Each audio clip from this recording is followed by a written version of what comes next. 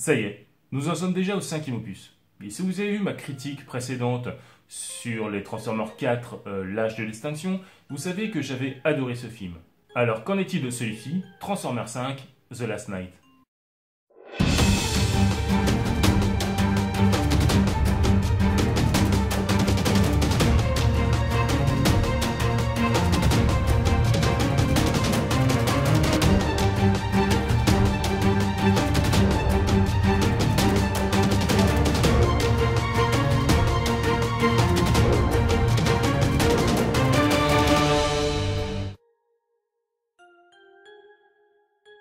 Alors souvenez-vous, à la fin du précédent, nous avions laissé Optimus partir dans l'espace afin de trouver le concepteur. Ce fameux concepteur, le créateur des Transformers, qui avait embauché le mercenaire afin de lui ramener Optimus. Dans celui-ci, nous reprenons l'histoire un peu plus tard. Nous voyons Optimus arriver sur ce qu'il reste de sa planète natale.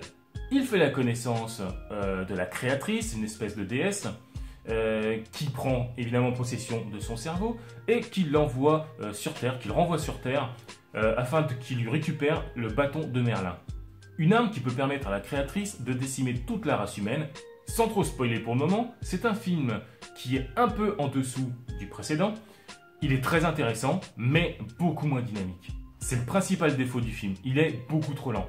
On a un peu de mal à suivre par moment, et le récit est très lent à démarrer. Surtout quand on y va avec sa fille de 5 ans, qui n'a qu'une question en tête, c'est « quand est-ce que c'est fini ?» Alors j'ai peut-être loupé des trucs qu'ils ont certainement dit à un moment ou un autre, mais j'avoue avoir eu un peu de mal à comprendre certaines choses. Beaucoup trop d'incohérences avec les précédents, des bizarreries scénaristiques, des choses un peu capillotractées, mais j'aime beaucoup la direction de l'histoire. Comme je vous l'avais dit, j'adore ce côté futuro-médiéval, et surtout avec les références du mythe de Camelot. Au départ, on peut être un peu paumé. On ne sait pas qui fait quoi, pourquoi ils le font, on ne sait pas ce que sont devenus certains Autobots, qui sont les gentils, pourquoi il y a des gentils méchants, qui sont tous les Transformers qui tombent au départ sur Terre, qui sont ces espèces de sentinelles. Alors même s'ils le disent un petit peu au début, c'est trop rapidement dit pour que l'on assimile toutes les infos d'un coup. Niveau effets spéciaux, c'est toujours au top. La transformation des Autobots sont très fluides, rares mais fluides. Les acteurs sont très bien. Bon, par contre, sachant que l'histoire se déroule en mode quête en suivant nos héros, à chaque fois que l'on voyait le gouvernement américain essayant d'agir, ça paraissait carrément faux. Anthony Hopkins est très bon dans ce rôle-là, même s'il y a certaines répliques qui sont légèrement décalées, voire carrément insultantes et complètement gratuites. Pas trop compris leur délire là, surtout pour un espèce de lord anglais, ça la fout un peu mal. Petit bémol concernant certains seconds rôles, la gamine que l'on voit dans les bandes annonces ne sert pas à grand chose. On pourrait carrément la gicler du scénario que ça simplifierait les choses et ça gagnerait en dynamisme. C'est dommage car elle avait du potentiel en début de film, mais après avoir été présentée, elle perd en intérêt scénaristique. J'adore vraiment Mark Wahlberg comme nouveau héros de cette franchise, malgré sa nouvelle coupe de cheveux, mais qui se veut plus chevaleresque. Après, c'est un super film. Si vous avez aimé le premier, ou plutôt le 4e, vous allez adorer celui-ci. Après, attendez-vous à avoir beaucoup trop de longueur. Donc si vous comptiez emmener vos enfants en bas âge, oubliez ça tout de suite. Si vous voulez pas qu'ils vous saoulent, ou au mieux, ils vont dormir. Mais bon, payer une place pour dormir, la loose quoi. Ensuite, je ne peux pas trop continuer cette critique sans spoiler. Donc, à tout de suite pour la partie spoiler, sinon, à plus pour les autres.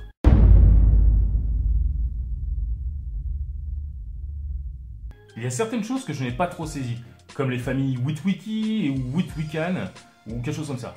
Est-ce que c'est deux familles différentes? Quels sont leurs buts respectifs? Si oui, pourquoi avoir foutu la tronche de Shia LaBeouf dans la famille Witwiccan? Si c'est la même famille, pourquoi Anthony Hopkins dit que Vivian est la dernière descendante vivante de la famille Witwiccan? Ça voudrait dire qu'indirectement, Sam Witwicky est mort? Enfin bref, c'est un beau bordel. D'ailleurs, la mission des Witwiccan, qui est de cacher l'existence des Transformers au monde, est un petit peu incohérente avec les autres films. Qu'est-ce qu'ils foutaient dans les 4 précédents films quand c'était la merde? Pour une mission ratée, c'est un peu une mission ratée, non? Et la Viviane, pour une historienne, qui ne connaît pas du tout son passé, un peu une conne quand même, hein. Ensuite, Viviane n'a pas trop le choix que de venir au château de Hopkins, car elle a été enlevée par sa bagnole. Mais quel Jäger! Pourquoi il suit le majordome? Pourquoi lui fait-il confiance si rapidement? Après tout, il ne connaît rien de sa mission, il ne connaît même pas Anthony Hopkins. Ensuite, la déesse, la créatrice. Pourquoi a-t-elle mis autant de temps à venir chercher le bâton alors qu'elle savait très bien qu'il se trouvait sur Terre? Ok, elle a envoyé Prime faire le sale boulot à sa place. Même si le bâton était caché, il suffisait qu'elle apparaisse pour que Anthony Hopkins fasse le nécessaire et fasse sortir Viviane de sa connerie et lui fasse manier le bâton. Donc là, petite incompréhension. Pourquoi Optimus met-il autant de temps à revenir, putain? Déjà, il doit mettre au moins les 3/4 du film à revenir sur Terre. Et quand il recouvre la raison et par la même occasion Bumblebee sa voix, ils partent tous ensemble, en même temps, pour casser la gueule donc à la créatrice. À un moment donné, ils sont tous en train de cavaler avec Optimus en tête sur le dragon à 3 têtes, puis ils sont coincés par une mitrailleuse qui les canarde tous, et Optimus n'est pas là. Bon ok, il préparait certainement son entrée héroïque, mais qu'est-ce qu'il foutait? Et à part dire mon nom est Optimus Prime, je suis Optimus Prime. J'avoue que pour un chevalier qui est censé être d'une lignée mythique que les Primes, il est un peu malléable comme mec, non? La scène entre les robots dans la case est un petit peu lourdingue. L'humour ou les parlottes entre robots ne servent pas à grand chose, si à montrer leur partie humaine, leur aspect humain au spectateur. Mais ça plombe un peu le rythme du film. Certaines scènes d'action sont d'ailleurs un peu trop longues. Les effets spéciaux sont magnifiques, mais à un moment donné, il faut quand même penser à cutter. Il y a un truc aussi. Ils disent que Bumblebee était déjà sur Terre depuis un long moment. Mais dans le premier, il n'a pas débarqué sous forme de météore sur Terre en même temps qu'Optimus? Il n'est pas de leur planète à ce moment-là? Honnêtement, je comprends pas tout. Donc si vous avez des renseignements ou des explications à toutes ces interrogations, n'hésitez pas à me les laisser en commentaire. J'ai l'impression que cette nouvelle trilogie enterre certains points de la première trilogie, mais s'y réfère quand même en intégrant certaines choses comme les événements de Chicago, ou en y intégrant, en faisant revenir certains personnages comme le militaire Lennox, ou encore Simons, qui au passage ne sert pas à grand chose, ou si, plutôt à faire un caméo bien plus grave. Après, malgré toutes ces interrogations et ces petits points négatifs, j'ai quand même bien apprécié ce film. J'ai passé un super moment et j'ai quand même hâte de voir dans quelle direction ils vont nous amener pour le 6e opus. Bon allez, sur ce je vous dis à très bientôt pour une nouvelle critique. A plus les cinéfans.